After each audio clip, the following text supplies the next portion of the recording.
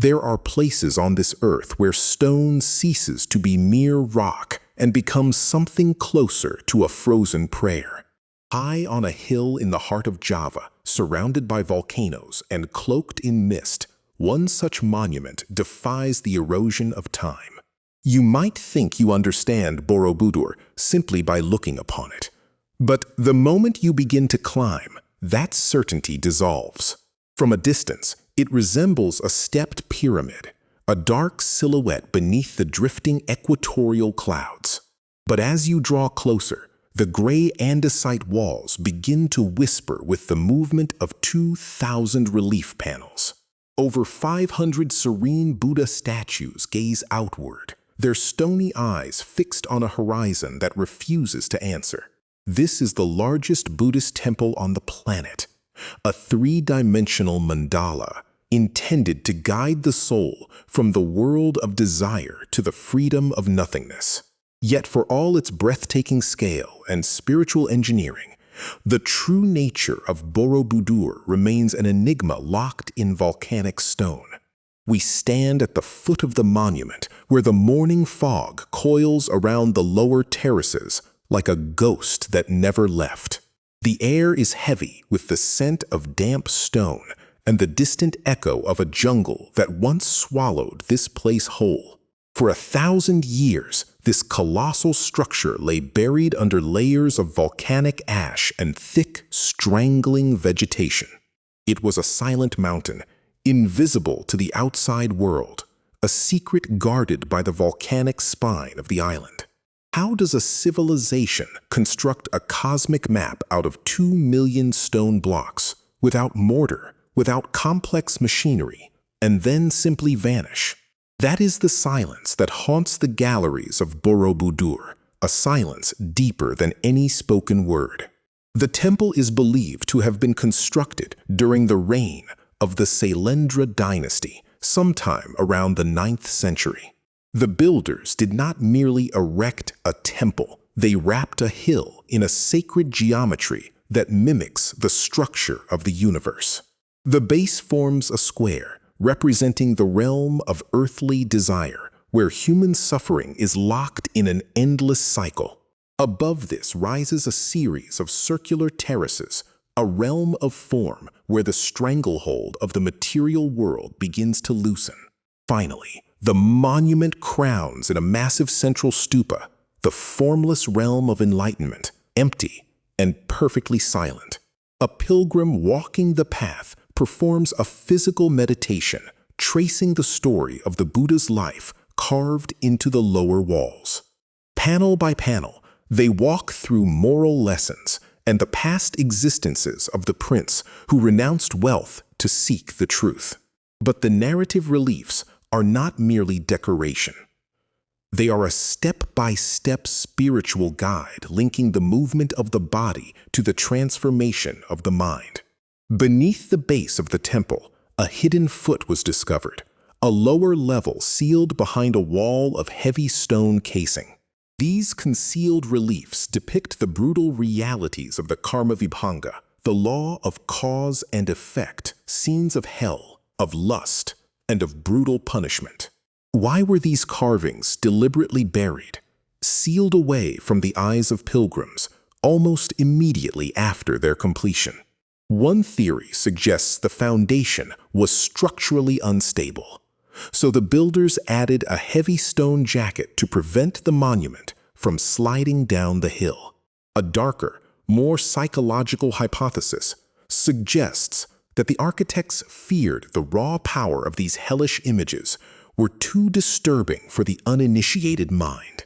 Whatever the reason, the hidden foot remains a vault of shadows, a buried conscience locked in stone where no light penetrates. Where archaeology offers structural theories, the silence of the mountain offers only a riddle. Moving upward from the sealed base, you leave the world of suffering and enter the realm of empty bell-shaped stupas. These latticed stone domes sit on the circular terraces like a field of silent bells, each containing a serene Buddha statue within. But the central stupa at the very summit is different. It is solid, empty, and utterly sealed. For centuries, scholars have debated whether a relic lies entombed in its heart, or whether this emptiness is the ultimate teaching of the monument. Some seismic scans have hinted at hidden voids and chambers inside the massive structure, a man-made hill riddled with secrets. If the temple is a book, the final page has been ripped out and replaced by a perfect vacant silence.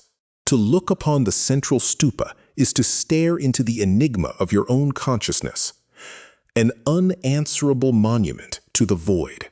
The labyrinth deepens when we ask the question that haunts every silent stone. What happened to the builders? The historical record does not provide a clean ending. It provides a disappearance shrouded in the fiery breath of nearby Mount Merapi. A massive, catastrophic volcanic eruption blanketed the Kidu plain in a suffocating layer of ash, burying the temple and its surrounding villages. Some researchers theorize that a dramatic shift in political power, a resurgence of Hindu dynasties, made this Buddhist superstructure an unwanted relic overnight. The jungle, indifferent to human theology, began its work, sending roots deep into the stone joints and its canopy high over the forgotten spires. For 800 years, the greatest mandala on earth was nothing more than a haunted hill, a feature of local folklore about a cursed mountain of giants. Local whispers have long held that entering the ruins meant disturbing a realm of spirits, a superstition that protected the site from looters. Yet the actual rediscovery of Borobudur by the outside world arrives like a chapter from a colonial adventure novel. In 1814, the British Lieutenant Governor of Java, Sir Thomas Stamford Raffles, heard rumors of a lost monument swallowed by the jungle. He dispatched a Dutch engineer, H.C. Cornelius, to hack a path through the wilderness to find this phantom architecture. Cornelius and his men spent 2 months burning vegetation and digging through volcanic debris just to reveal the top tiers of the structure. The sheer mass of the temple prevented them from fully uncovering the lower galleries. They were literally standing on the surface of a buried world. What they unearthed was a monument that was technically impossible to document. The sheer volume of relief panels defeated any attempt at a quick study. A darker hypothesis suggests that Raffles' rediscovery was less about enlightenment and more about plunder, though the monument was too monolithic to be carted away. The world now knew of Borobudur, but the act of digging it up ignited a new tragic chapter in the temple's life: the war against the elements and thieves. Heads of serene Buddhas were severed from their bodies, finding their way into the private collections of Western aristocrats and museums. A Buddha without a head still smiles, but the empty neck is a jarring testament to humanity's insatiable desire to possess beauty. Volcanic mudflows continued to threaten the stability, turning the drainage systems into a ticking clock of geological pressure. The greatest attempt to pull the mandala back from the brink of collapse came in the mid-20th century, a project so audacious it defies belief. Between 1973 and 1983, a global restoration effort assembled by UNESCO literally dismantled the upper stone terraces piece by piece.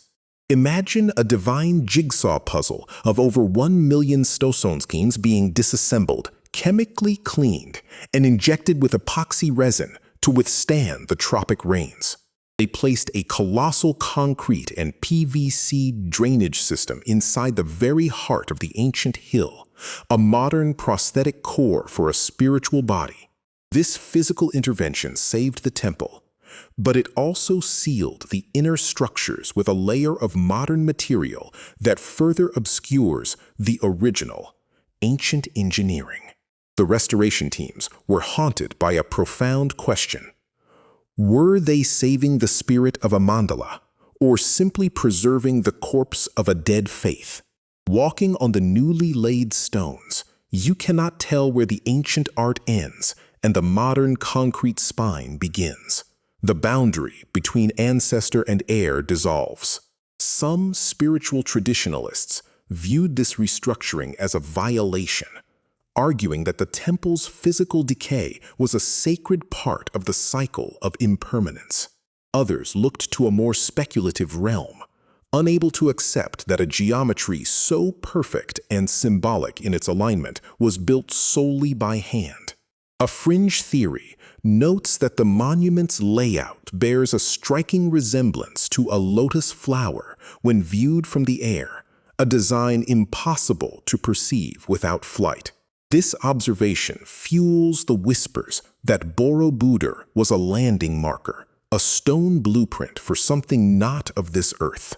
We must pause here, in the labyrinth between hard science and wild speculation, to consider the human obsession that clings to these stones.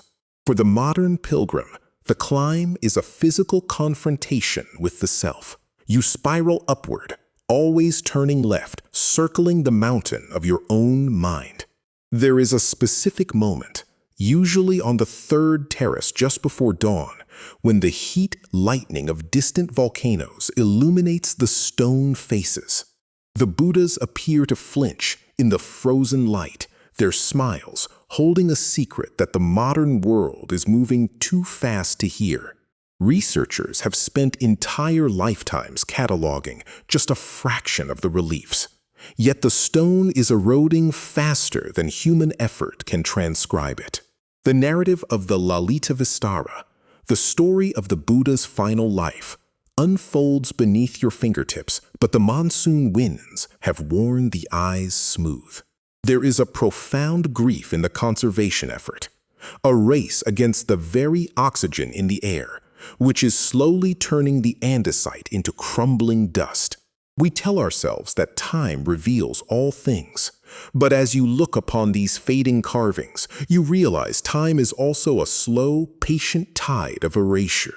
The obsessive seeker of Borobudur is left with the unnerving realization that the monument knows you cannot decode it fully before it fades.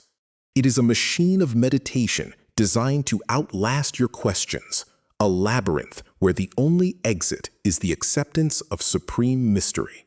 To touch the stone hand of a Dhyani Buddha is to feel the devotion of a 9th century artisan who believed that carving this hand could liberate them from the wheel of rebirth. Yet that hand is now detached from its body in many cases, stored in a sterile warehouse, its spiritual function clinically suspended. The restoration efforts have inadvertently created a schizophrenic temple, a fusion of ancient intent and high-tech survival strategy. Some brave souls, ignoring the signs, still attempt to reach through the lattice of a stupa to touch the belly of a hidden Buddha for luck, an act of longing that defies preservation. This human need to connect, to take a piece of the mystery home, is the same impulse that unearths it and the same flaw that slowly destroys it. As we reach the eternal fade of this journey, the sun begins to set behind the jagged silhouette of Mount Merapi, casting the terraces into a deep purple shadow. The fog returns, not as a weather phenomenon, but as a character, an ancient accomplice that kept this secret for centuries and is eager to swallow it once more. The temple does not offer closure. The central stupa remains sealed, the hidden foot stays covered, and the builders' graves have never been found. This is the enduring enigma of Borobudur, a giant stone mandala that performs its only function perfectly when you realize you cannot solve it. It was not built merely to be seen, but to be physically navigated, a three-dimensional journey where the steps you take are the only answers you receive. The philosophical anchor here is not one of comfort, but of existential vertigo. A civilization rose, carved the universe, and was erased by a volcanic sky. If a monument this grand can vanish for 800 years, what other chapters of human brilliance are waiting beneath the soil we walk upon? The stars begin to flicker above the darkened spires, cold and distant, reminding you that the temple was always meant to be a reflection of the cosmic order. We are left with the scent of rain on hot stone, the distant rumble of the earth's deep machinery, and the illusion that we have glimpsed a truth.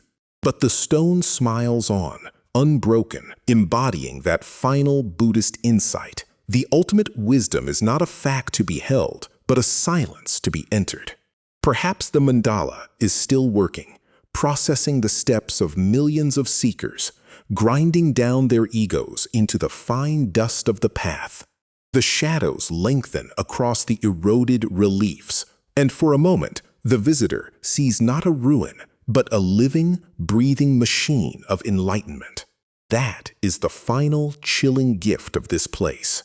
It convinces you that it is not done with its creation, that its true purpose is still unfolding somewhere we cannot see.